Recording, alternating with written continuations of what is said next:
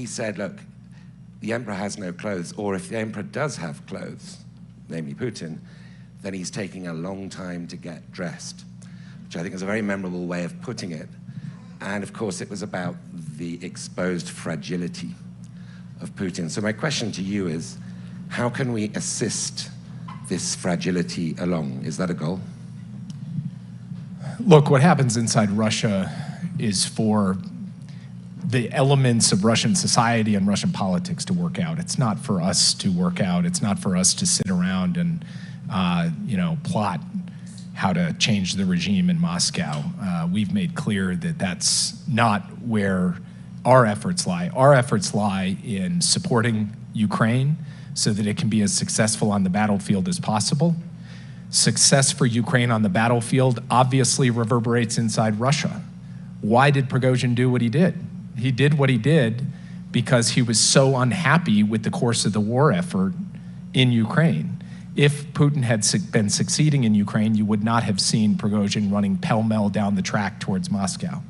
So from our perspective, our job is to provide Ukraine with the tools, capacities, support alongside allies and partners that it needs to be able to continue to be successful and to show to every element of Russian society that Putin's adventure in Ukraine was a misadventure.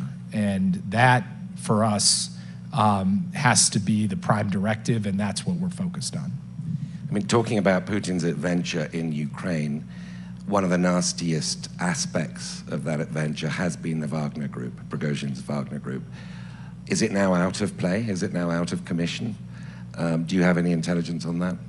I mean, to be clear, I don't think anybody knows whether Prigozhin, whether Wagner, whether the Russian Ministry of Defense, whether any particular general, any particular commander. This is all so unsettled and uncertain, and the full implications of what happened with Prigozhin's mutiny have yet to play out. We will see it play out over days, weeks, months, and clearly this is what is preoccupying Putin and the people around him, is what's the next shoe to drop? Where does this all go? Who else was involved? And they are actively trying to work through all of that. So I cannot give you a clear answer about whether the future of Wagner lies here or there. I will say this, at present, Wagner is not fighting in Ukraine. Elements of Wagner have in fact moved to Belarus. Other elements are looking probably to go further afield. And the loss of Wagner as a fighting force, if that continues, if that persists, does mean that one of the most effective cadres that was responsible for some of the modest progress that Russia made during its last counteroffensive is off the board. So that's going to come at some cost to Russia overall. But it's hard to predict next month, let alone a few months down the road, as to whether, in fact, what we see today, which is Wagner out of commission from the point of view of Ukraine, remains the case. You heard Prigozhin publicly say they're not engaged in Ukraine right now, but also muse about whether they may get engaged in Ukraine in the future. I don't think he knows. I don't think Putin knows. I don't think Shoigu or Gerasimov knows. And so we need to plan for any contingency. Now, there's been a lot of talk at this conference, but also more generally about the slow progress of this counteroffensive. The president of Ukraine was on the screen here this morning with Fritz Zakaria, his chief of staff, Yermak, yesterday, both reiterating very strongly that we need ATACMS and we need F16s. Now, I know there is some controversy about whether they actually need it, but they're the ones on the ground, and they're the ones asking for these important pieces of military equipment that they say will help them finish the job. What do you say to them when they reiterate this demand? So first on F-16s, I said on CNN a few days ago, John Kirby said yesterday, we are moving rapidly to try to help Ukraine get the capability it needs to be able to actually operate those F-16s effectively and put them to use. And that means working with our allies to train Ukrainian pilots, and then also how to sustain and actually service an F-16 squadron or multiple squadrons in a fight. So that work is underway, and we are going to push as fast as possible to be able to deliver that capability to Ukraine. But I would point out the following. Russia has somewhere in the neighborhood of 800 or 900 fourth and fifth generation fighters, 800 or 900, and they have not played a significant role in Russia's counteroffensive or in Russia's defensive efforts in the south or the east. Why is that? It's because air defense is such a significant element to both sides' capabilities that Ukraine can hold Russian fourth and fifth generation fighters at risk, and Russia could hold Ukrainian fourth and fifth generation fighters at risk. So the view of our military commanders is that the notion that F-16s would play a decisive role in this counteroffensive, given that fundamental reality which has played out in the battlefield over the course of the past year, they have a different view than what you have heard from some Ukrainian voices. I would also say that those fighter jets are important for the long-term defense and deterrent capability of Ukraine. So we are not just building for the counteroffensive today, we are building a force of the future for Ukraine tomorrow, and that's really what a significant amount of this work is about.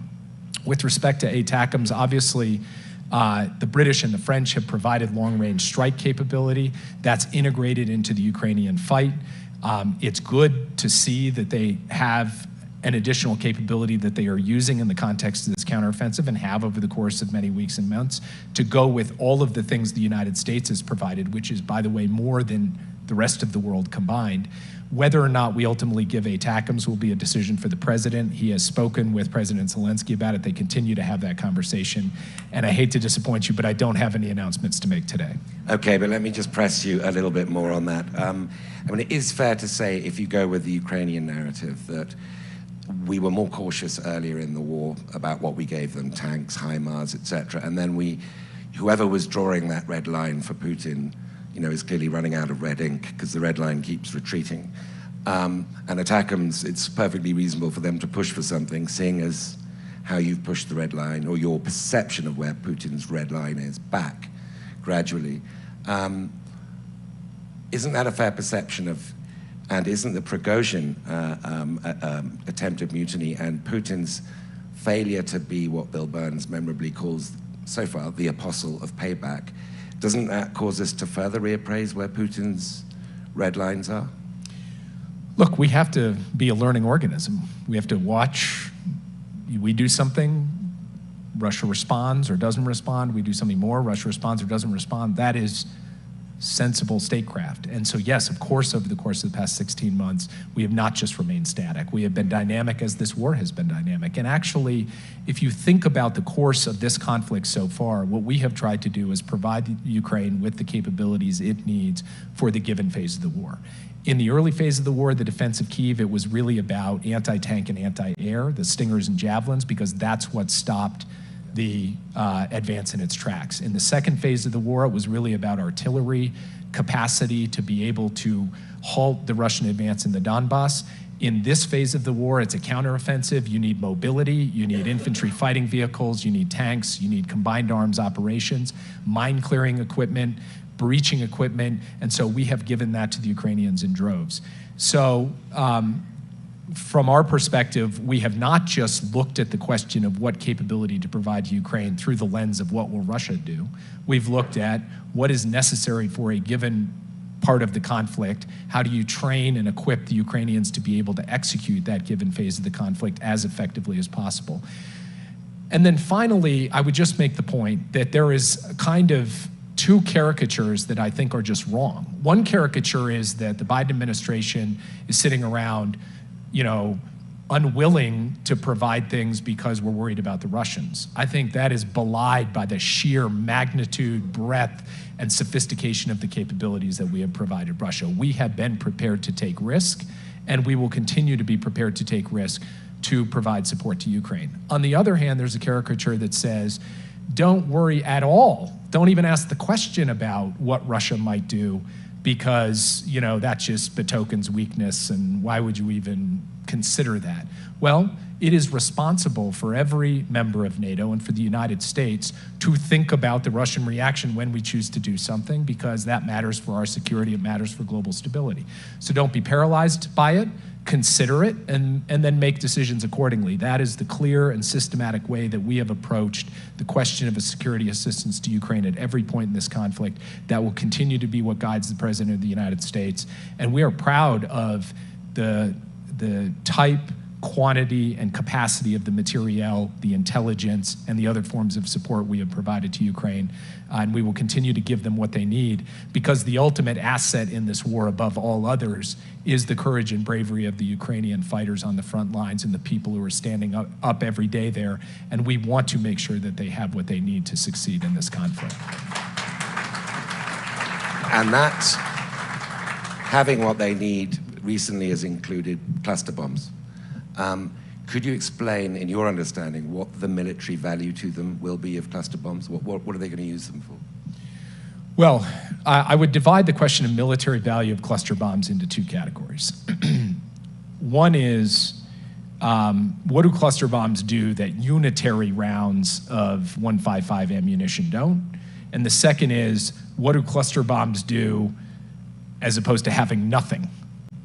And the reason I raised the second point is because we have to date provided an overwhelming amount of .155 ammunition to Ukraine, collectively from around the world, from US stocks, allied stocks, partner stocks, more than 1.5 million rounds of .155 ammunition. The total amount in our stockpiles has come down. The monthly production of .155 is not today sufficient to meet Ukraine's needs for offense and defense in Ukraine. We recognized that several months ago and began the process of ramping up .155 production quite dramatically so that we could reach a point where monthly production would meet all the needs necessary for Ukraine, for us, and for everybody, for all of our allies and partners. But that takes time. You'd be surprised by how much time. I think a lot of us think about the World War II concept of Rosie the Riveter and rolling tanks and planes off the production lines that were converted from being car factories, and we did that in a matter of months. The sheer sophistication of these rounds, the supply chains, the workforce, the contracts, the time it takes to get from X thousand rounds today to triple X thousand rounds is not a matter of weeks, it's a matter of months. So we have a gap. And we need to fill that gap so that Ukraine is not defenseless, because we are not going to leave them defenseless. So that is why the president decided that to bridge that gap, we would provide cluster munitions, because the alternative to providing cluster munitions was them not having enough bullets. So the single biggest military value is that it sustains their artillery capacity in a war that is fundamentally an artillery fight. But in addition to that, of course, cluster munitions do provide a better capacity to defend an onslaught from the Russians. And by the way, we are not just focused on a counteroffensive, we are focused on ensuring the Russians cannot attack and overrun Ukrainian positions along the front line of trace. And of course, it creates more opportunities in a counteroffensive to spread the fire more broadly. And so for that set of reasons, the president ultimately determined, and it was not an easy decision for him, but made the decision that this was something we were going to provide Ukraine, and we have delivered them. They are now using them. Okay, I mean, one of the explanations for why the Ukrainian counteroffensive hasn't, and I'm going to get onto China and other issues in a moment. I just want to press one more question on this.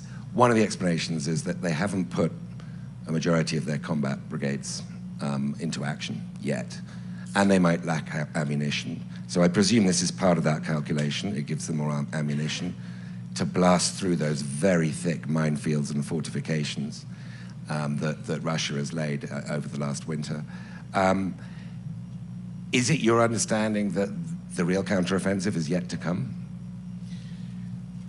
Boy, I cannot say yes to that question, because the real counteroffensive began the day the first Ukrainian hit the line and put their life on the line, and there have already been significant amounts of casualties and deaths of Ukrainian fighters in this counteroffensive. So it is well underway, and it is hard going. And we said it would be hard going because there are these layered defenses and minefields and other obstacles for the Ukrainians to work through. But it is also the case that Ukraine has a substantial amount of combat power that it has not yet committed to the fight.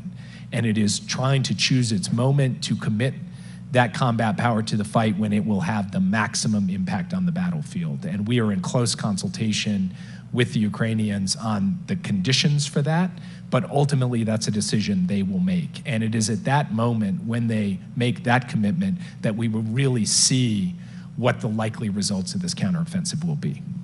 Now, all wars come to an end, and it's responsible to think of them. Track 2 is one way of doing it. Richard Haas has recently been doing that with a group of people, and Lavrov. I don't know whether that is significant from your point of view. I guess my real question is it possible to achieve a credible peace, and one that we believe is lasting and would recommend the Ukrainians accept whilst Putin is president of Russia? Well, it's hard to say right now what the conditions would be for a credible peace that would be acceptable to the Russians, because from our perspective, a credible peace requires that the basic principles of the UN Charter be honored. What does the United Nations Charter, which all of us signed up to, including the Russians, say?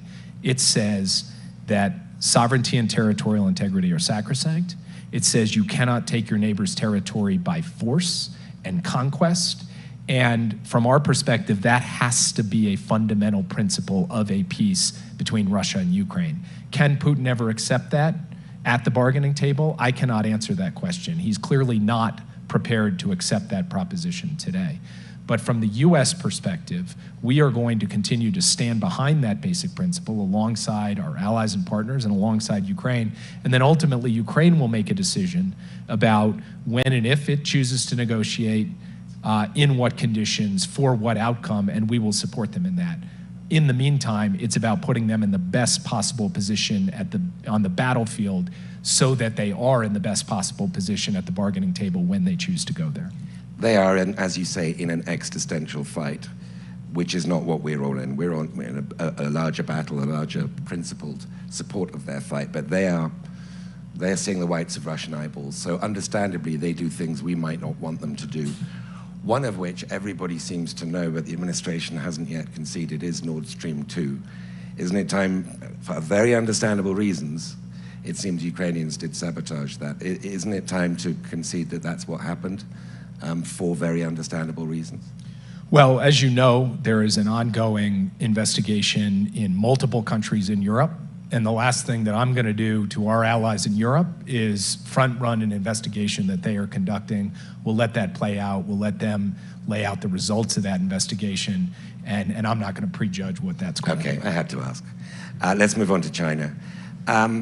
It's been a pretty rocky, topsy-turvy year.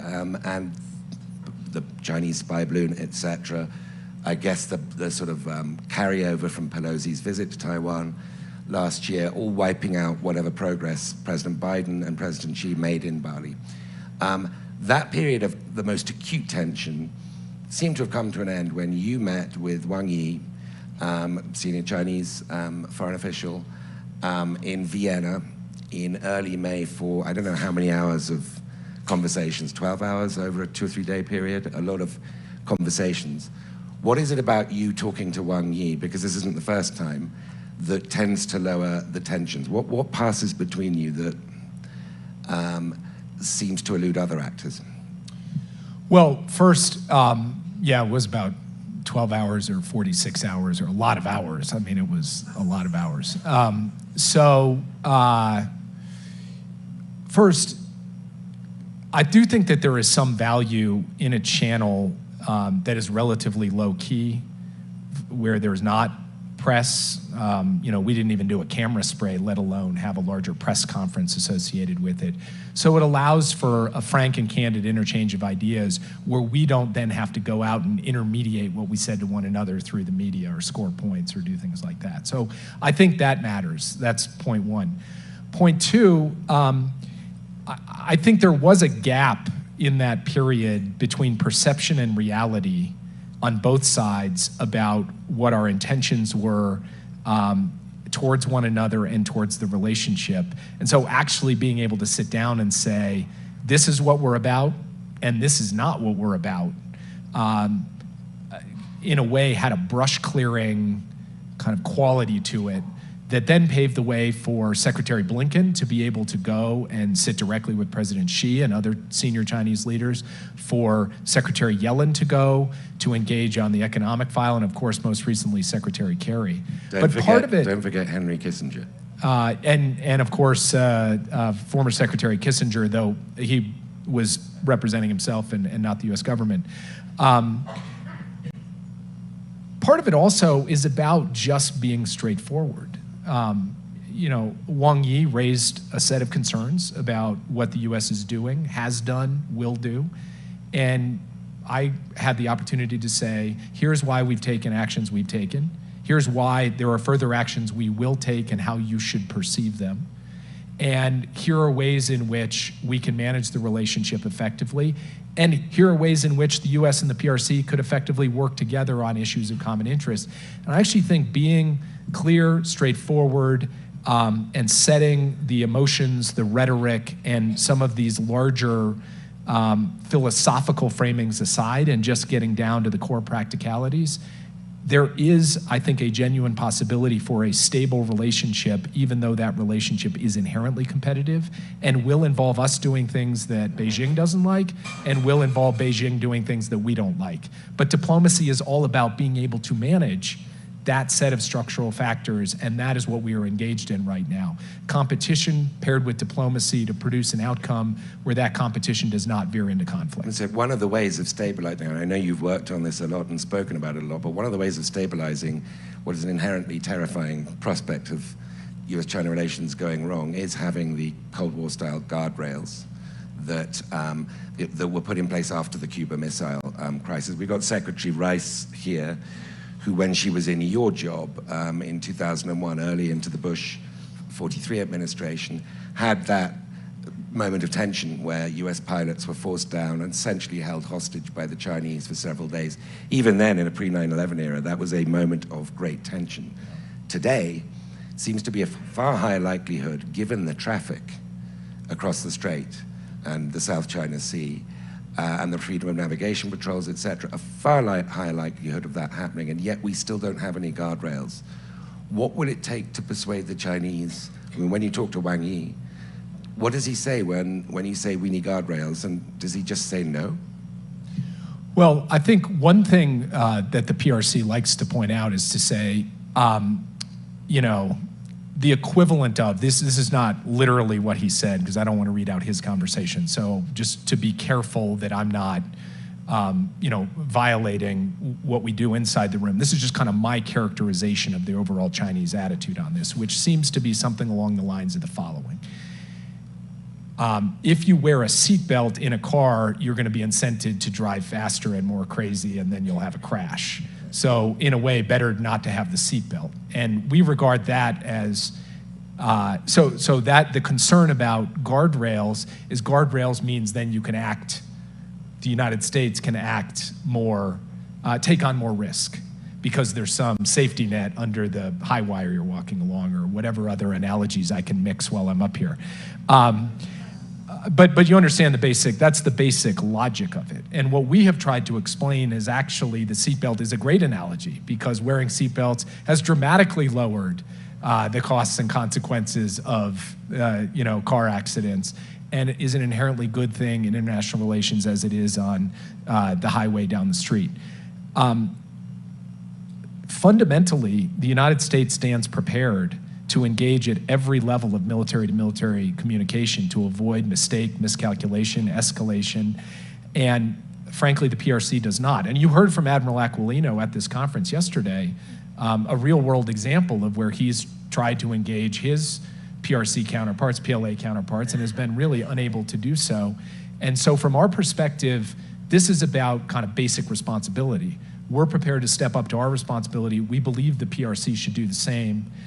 The fact that they haven't, I think, is something that they need to answer for. I mean, to just put the Chinese case for a second, they're saying you've sanctioned their defense minister, Li Xiongfu, and that's their pretext. That's their reason for him not meeting Secretary Austin.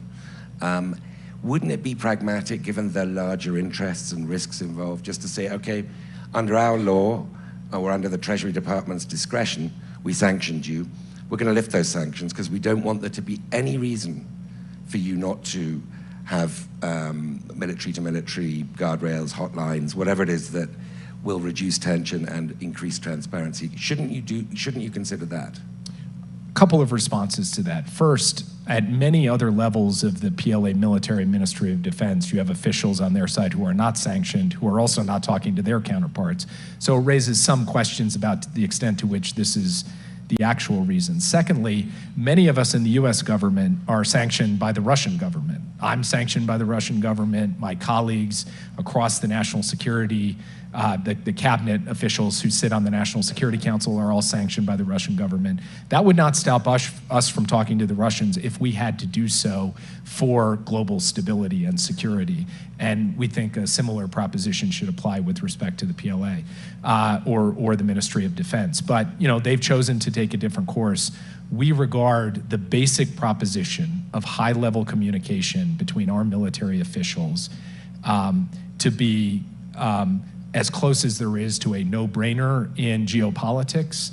And obviously, Beijing does not agree with that. But I think, again, that's something that Beijing needs to speak to because we stand ready to do our part. So I know that early in the Biden administration, he had a call, one of his calls with President Xi, and you gave the readout, I think, that they had agreed, that President Xi had agreed that in future talks we would cover strategic stability, which of course is code for nuclear weapons, the most key thing for information exchange between the US and China. That hasn't happened, right? How important is it that it does happen? Vital. If you look right now at what China is doing with respect to the buildup of its nuclear capabilities, as well as a series of quite exotic forms of weaponry that have themselves nuclear capabilities, the need for basic risk reduction, for an understanding of one another's doctrines, intentions, modes of operation is acute. And one thing that I pointed out to my Chinese counterparts over the last 2 years is at various points in the Ukraine crisis, when we've seen nuclear saber-rattling from the Russian side, is we have known how to deal with that because we have decades of muscle memory with the Russians in working on nuclear risk reduction, strategic arms control, basic signaling. We do not have that with China, and that is inherently destabilizing. That is something that we need to generate through intensive dialogue between the US and China. I gave a speech at the Arms Control Association not long ago and basically said the United States here too remains fundamentally available for this dialogue. We hope at some point that the Chinese side will choose to join us in that because, again, this comes down to the basic responsibilities of nuclear powers, and it is a responsibility that we see Beijing not stepping up to right now. I mean, one of the reasons I emphasize in terms of dialogue, you and Wang Yi, is because Secretary Blinken's counterpart, Qin Gong, who in fact when he was China's ambassador to the US sat here with me on this stage this time last year, has not been seen in public for 26 days. Some of the rumors, whether they're credible or not, I don't know, but some of the rumors are fairly sinister about what fate other than sickness might have befallen him. Do you expect to meet him again? We don't know. Literally, we genuinely no don't intelligence know. on this. We don't know. All we know is that Secretary Blinken was meant to meet the foreign minister at the recent ASEAN conference in Indonesia. He ended up meeting with Wang Yi instead because Wang Yi traveled in the foreign minister's stead, and we have no other information. Okay, so I'm going to leave a little bit of time for audience questions, but I want to get into the economic dimension of this relationship. You've given a very sort of landmark speech at Brookings a few weeks ago about the new Washington consensus.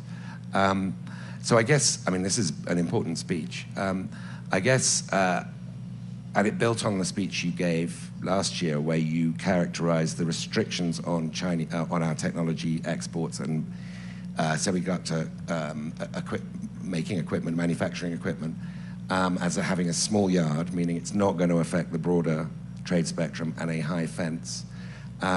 Now, I believe you have understandably been visited by lots of very senior tech leaders, including Pat Gelsinger of Intel, who spoke to us here at this forum a couple of days ago. And his argument was, look, China's a third of our bottom line. We use our bottom line to fund research and development here in the United States so that we can remain cutting edge. You've been hearing a lot of these arguments, I imagine, that could be summarized as keep that yard small. Have those arguments sort of hit home? How do you respond to them?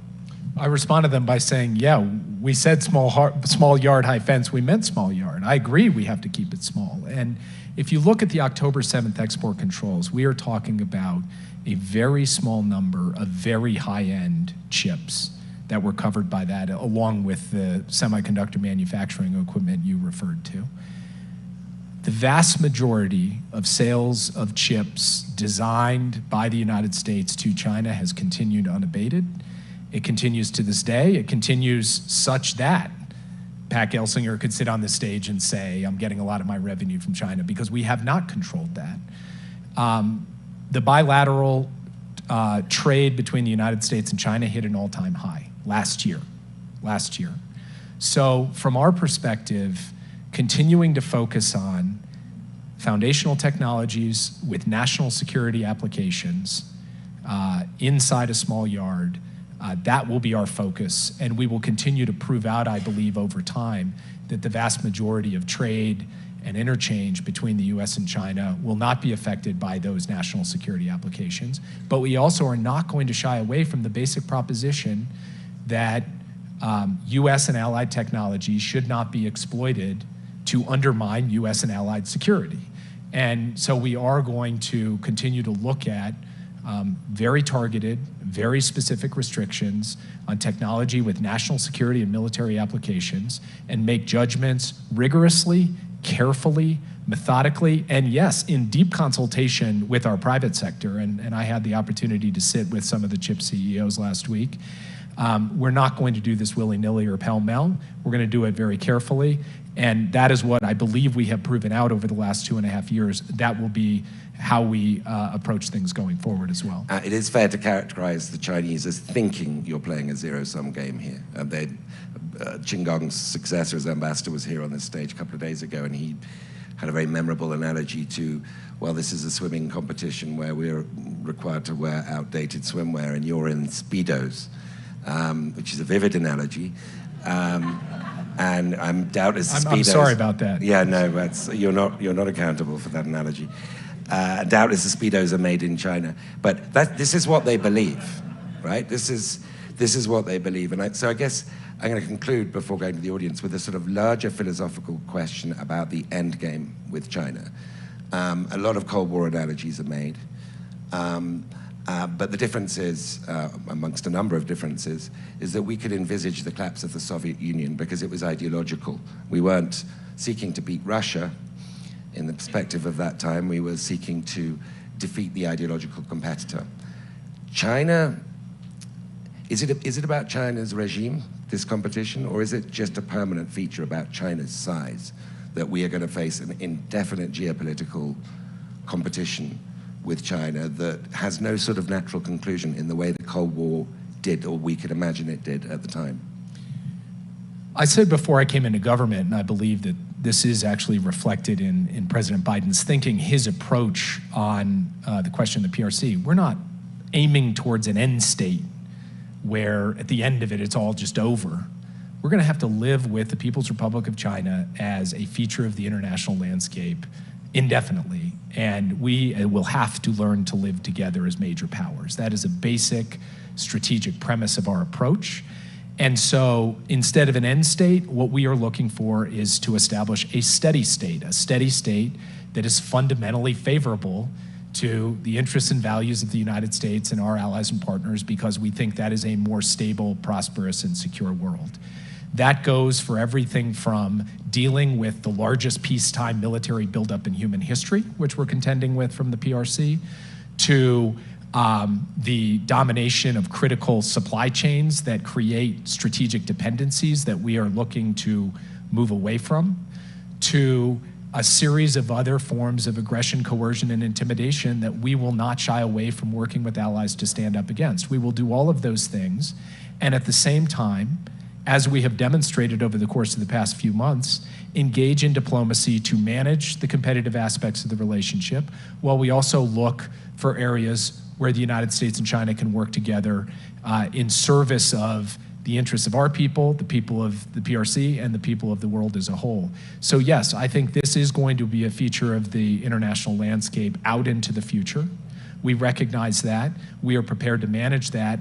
And I believe my job as National Security Advisor, with the direction of President Biden, is to try to put the United States in the strongest possible position to manage that relationship effectively, meaning strength at home, strength with allies, and a clarity of purpose on everything from the kinds of rules and norms that are being set, from freedom of navigation to technology ecosystems of trust, to the deployment of capital globally in a way that is transparent and in service of practical problem solving rather than coercion or intimidation. That's what we're working at every day. That's the core of our approach to China. And I will also just say, with respect to the ambassador, it's interesting to hear him cry foul when you look at a series of PRC policies. Outbound investment restrictions, China has them. Export controls, China has them. Cyber-enabled economic espionage, forced technology transfer. The notion of him sitting here to say, all of a sudden America came out of the blue with some notion of unfair competition, that is a challenging thing for me to look at and say is a reasonable assessment, net assessment of the circumstances in the relationship. But I'm not here to recriminate. I'm here to say we look at certain behaviors on the part of the PRC. We want to do something about them. They look at certain things we do. We will explain why we are taking the steps we are taking to try to minimize the friction associated with them, and we will continue to work towards a stable, effective relationship with China over the course of time. To be fair to the ambassador, Steve Clemens was interviewing him, and so he forced this analogy. So I was going to ask a question about Narendra Modi, but I'm an unselfish person, and I realize I'm stealing audience time. So yeah, if you could put your hands up, and the lady towards the back there. My name is Alexandra Matvichuk. I'm Ukrainian human rights lawyer. I'm very grateful to hear your statement that United States of America will continue to provide support to Ukraine, which we need to win. And that is why my question is about when United States of America will start to teach Ukrainian pilots how to use F-16. The problem is that we lost them. Ukrainian pilot Vladislav Savelyev last year was in United States of America. He explained that they use the planes with a very short distance for identification of other planes in the sky. And that is why Russian planes hit them with rockets much more quicker than they even able to identify them. Vladislav Savelyev was killed in June this year. He didn't wait, but we still have other pilots who are alive and who are waiting and who want to learn how to use F-16. So the question is, when it's happened, when United States of America will teach Ukrainian pilots?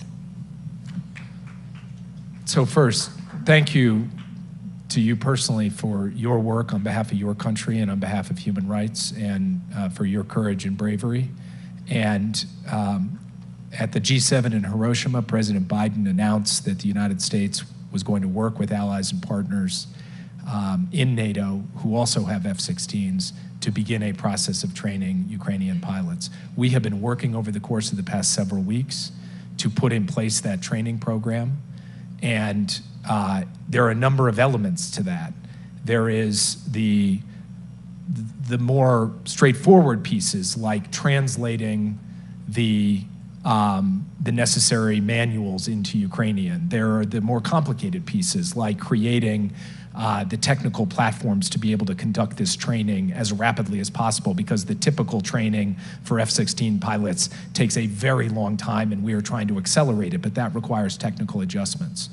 So we are currently in the process of working with our colleagues in the Netherlands, in Romania, in Denmark, in Norway, and other countries to establish the locations, to identify the pilots, and to begin the training. I cannot give you a precise date, but I can tell you this is a matter of weeks, it is not a matter of months, and that it's not because we're just waiting until August to start arbitrarily. It's because every day people are getting up at the Pentagon, going to work, reporting all the way up to the Secretary of Defense and to me on the progress of putting in place what is necessary to do a very complex task, which is the rapid training of pilots on F-16s so they can be transferred and put into the fight. That work is ongoing as we speak today, Friday, and it will continue until we can actually have the first Ukrainian in a cockpit of an F-16 at a base in Europe, which is currently being prepared actively, rapidly with our NATO allies. So clock shows 2 minutes left, right, Jake? That's right. Yeah. Yeah. The gentleman there, could you make it shorter than a tweet, this question?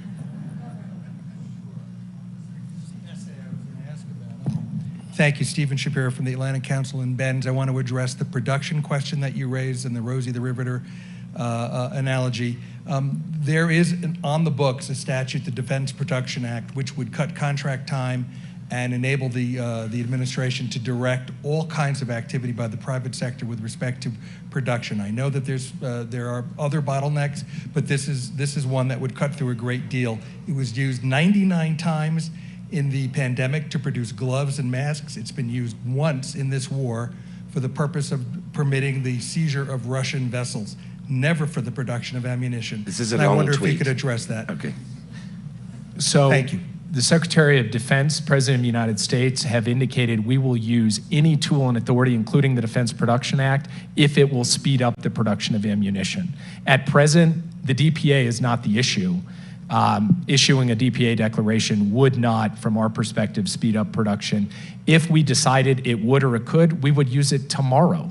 We are actively working as rapidly as possible to build out the production lines for 155. We do not want to lose a day, and there is not a tool, authority, or dollar that we're going to set on the sidelines to not being able to do that. I will tell you, I personally sit in my office every morning and spend 30 minutes on 155 ammunition. So I get a little passionate about this because the suggestion that we're like leaving something on the shelf to speed this along, to get the Ukrainians the single capability they need more than any other capability, 155, it's not correct. We are trying to do everything we humanly can, and we are looking at a series of tools and authorities to continue to juice it. But the fact is that the challenges that we have in terms of speeding that production lie in things that the Defense Production Act simply can't solve. That being said, I go back and ask the question every day, is there another authority, another use of a tool that could do this? If there were, we would do it. Well, that seems like an appropriate note to end what's been a really wide-ranging, very interesting conversation. Thank you very much, Jake. I enjoyed that.